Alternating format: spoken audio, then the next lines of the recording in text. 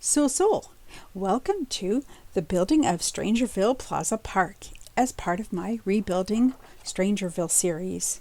In the middle of downtown Strangerville is the Plaza Park. Once the site of the visitor center, residents decided to rebuild it into a welcoming place for all. A small library, which is being built right here, houses the archives of the town's history, as well as all the other books found in any Simca library collection. You'll see here a restroom with a toilet and a sink is a place for people to use rather than having those smelly old public restrooms. The citizens decided they wanted a nice, clean, shiny one that was well kept.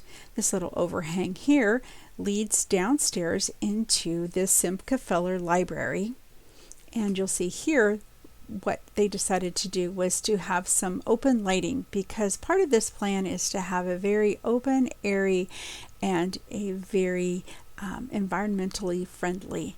On the side there you saw was a mural painted by the school children, and down here is going to be the library. The color palette chosen is white, which illuminates and allows it to be very bright and crisp, and it is lit, as you can see, by one single overhead light. The libraries houses the bookcases, as you can see here, which are part of the archives. Now, not all of the archives are available. Some of them did burn down, but there are things available if you would like to investigate the history of Strangerville. And tech guru giant Rainy Day Games has donated 4 computers, and you can see they are the best quality. And along with Future Sims Labs, they've installed a satellite internet for lightning fast speeds. This is a place that the Sims from Strangerville and even all over the worlds come to use this library because it has great internet connection. And the archives are fascinating, and it has all of the books generously donated by the Simca grant. So any book that you pretty much would like to read is in here. And you can see in the back there is a small children's area. So they have their books in a little seating place. So let me tell you a little bit about this part that's being built here. This is going to be a covered gazebo, and it was designed by SimSkitter Architecture Prize recipient Z.H. Simdid.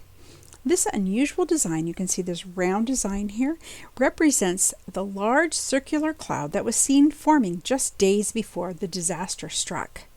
The fire pit in the center, you'll see down there, reminds the citizens that even out of tragedy, new opportunities can be found. It's kind of an interesting fire pit because it's a fire pit, but yet it is filled with water, and there's a splash pool kids can play with.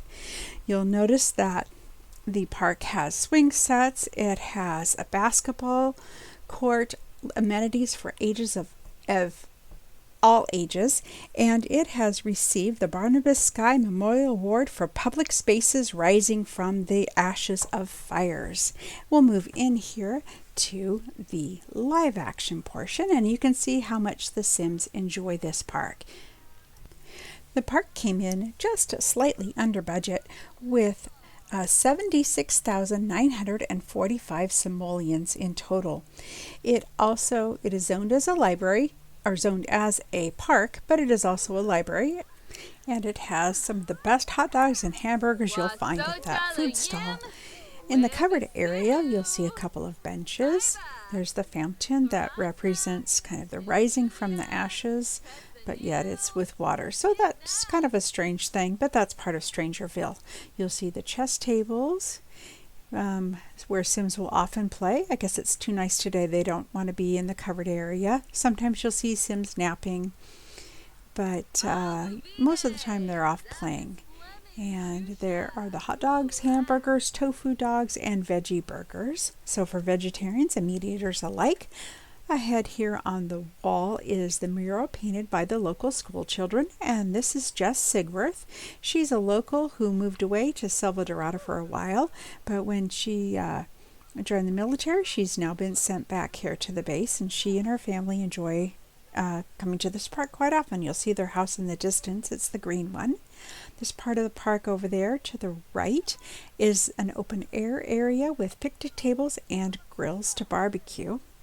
We're going to go ahead, and I did put a mailbox if you need to cheat.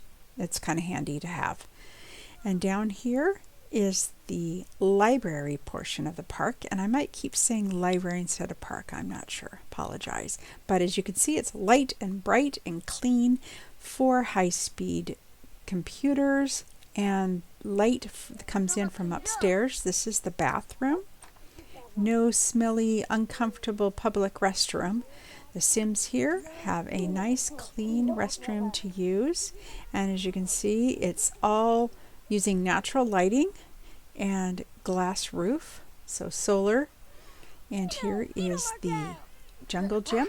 It's the Star Cruiser, a tribute to the town's scientific exploration and their military that has amazing fighter pilots that you may see streaking across the sky overhead. It's ready for toddlers with some slides for toddlers, the swings for all ages, and it's just a very pleasant place. People can really enjoy themselves, and you'll see Sims coming from all over the place, even as far away as Willow Creek and even Windenburg. So this is just a great place to have. My Sims are really enjoying it. I hope you've enjoyed hearing the history that I've created for the backstory of the new Strangerville Post Mystery. So I'll leave it here today, and you can watch the Sims just enjoying this lovely, it is I think a Sunday afternoon in, I believe it is now late summer here. So this is this part. I hope you've enjoyed it. It's a little bit different than my usual speed builds, but if you have enjoyed it, I would appreciate it if you would please give me a like and subscribe and hit that bell for notifications. I do post videos generally weekly, sometimes more often, and I really do appreciate your watching this video. Until next time, dag dag!